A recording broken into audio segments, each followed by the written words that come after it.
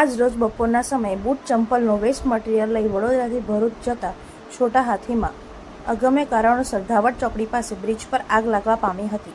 આગ લાગ્યાની જાણ કરજણ ફાયર વિભાગને કરવામાં આવતા ફાયર વિભાગની ટીમ તાત્કાલિક ઘટના સ્થળે પહોંચી આગ પર સતત પાણીનો મારો ચલાવી આગ પર કાબૂ મેળવ્યો હતો। સદનસીબે કોઈ ઈજા કે જાનહાનિ થવા પામી ન હતી।